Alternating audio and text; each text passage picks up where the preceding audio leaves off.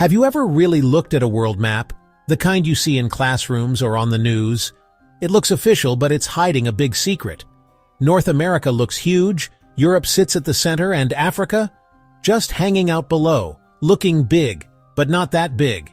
Here's the truth. That map is lying to you. It's been distorting our view of the world for centuries. Growing up in South Africa, I knew Africa was vast, but the map always made it look small. Sometimes even the same size as Greenland. It's like a funhouse mirror, stretching some places and squishing others. This isn't a conspiracy, but a well-known fact among cartographers. The map is distorted. Most of us aren't map experts, we just accept what we see. But what if the way we see the world is based on a centuries-old mistake? Let's peel back the layers and see what's really going on. We're going to expose the trick, reveal the truth, and redraw the world in our minds. It's not just about getting the sizes right. It's about giving a whole continent the respect it deserves. When you see Africa for what it truly is, you see a giant that's been waiting for the world to notice. And once you see it, you can't unsee it. Who's behind this map illusion? Gerardus Mercator, a 16th century Flemish cartographer. Mercator wasn't trying to trick us, he was helping sailors navigate. His map, the Mercator projection, made it easy to plot straight-line courses across the ocean. But the Earth is a sphere, and flattening it onto paper means distortion. Imagine peeling an orange and trying to lay it flat. It just doesn't work. Mercator's solution? Stretch the lands near the poles to fit a rectangle. The farther from the equator, the more stretched things get.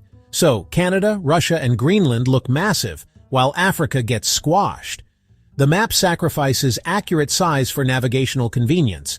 For sailors, it was perfect. For students today, it's misleading. The result? A map that subtly tells us who's important. Europe and North America look big and central.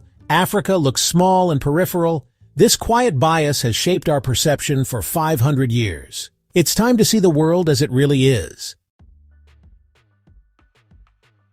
Let's play Tetris with countries to see how big Africa really is. Africa is over 30 million square kilometers, about 11.7 million square miles. That's just a number, so let's visualize it. You can fit the entire continental United States inside Africa and still have room left. Add China, still space. Add India, still space. Now throw in most of Europe, Spain, France, Germany, Italy, the UK, and Eastern Europe. You'd still have room for Japan. Africa is larger than the US, China, India, Japan, and all of Europe combined. The Democratic Republic of Congo alone is the size of Western Europe. Madagascar is bigger than Spain or Thailand. Sudan is as large as France and Spain combined. The distance from Cairo to Cape Town is about the same as London to Moscow. Africa has every climate imaginable, from snowy mountains to deserts and rainforests. Its size is matched only by its diversity. Yet on our maps, it's just another shape, often smaller than Greenland, which is actually 14 times smaller. The map's distortion hides a titan in plain sight. If we know the map is wrong, why do we still use it? The Mercator projection is easy to print and hang on walls. Straight lines, neat rectangles. It became the standard, and standards are hard to change. But there's a deeper reason: history. The map rose to prominence during European colonialism. A map that made Europe look bigger and Africa smaller fit the colonial worldview.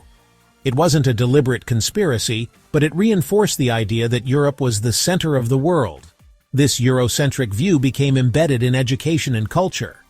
Even after colonialism ended, the map stayed, printed in textbooks and posters everywhere. Changing it means challenging a deeply ingrained perspective, but it's essential for a fairer view of our planet. Africa's true size isn't just a geographical fact, it's about its immense value. This continent is a treasure chest of natural resources. Africa holds about 30% of the world's mineral reserves, 40% of its gold, and up to 90% of its chromium and platinum. The Democratic Republic of Congo produces more than half the world's cobalt, powering our phones and electric cars. Africa is also rich in energy: Nigeria's oil, Libya's reserves, Algeria's natural gas. The Sahara's solar potential could power the world, and the Congo River could light up much of Africa. Africa has 60% of the world's uncultivated arable land, future breadbasket of the planet. From cocoa in Ghana to coffee in Ethiopia, Africa's products are already part of our daily lives. Its true size means its capacity to produce and provide is almost limitless. Recognizing this changes how we see Africa's role in the world. It's not just big, it's essential. Why does this matter? Because perception shapes reality. Seeing Africa as small diminishes its importance. Understanding its true scale reveals its opportunities and challenges. Africa isn't a single place. It's 54 countries, over 2,000 languages, and 1.4 billion people. It's the youngest continent, with a median age of just 19. This youthful population is a powerhouse of energy and innovation. Seeing Africa as a giant means seeing its people as drivers of global growth, not just recipients of aid. The world's future workforce is in Africa. Recognizing Africa's true size forces the world to engage with it on equal terms. African nations are shaping global conversations on climate, health, technology, and trade. The African Continental Free Trade Area is creating one of the world's largest single markets. Seeing Africa clearly is about respect and a modern, accurate understanding. When we fix the map in our minds, we fix the narrative.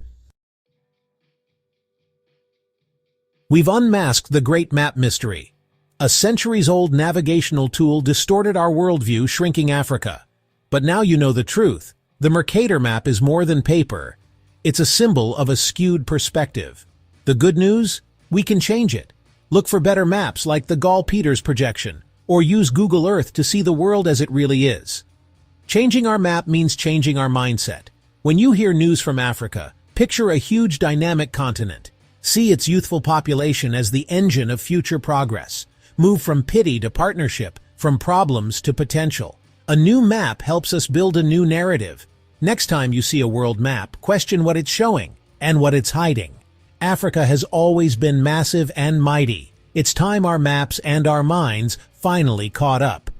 If you learned something new today, hit that like button, subscribe to Africa Rising, and share this video so more people can discover the shocking truth about Africa's real size.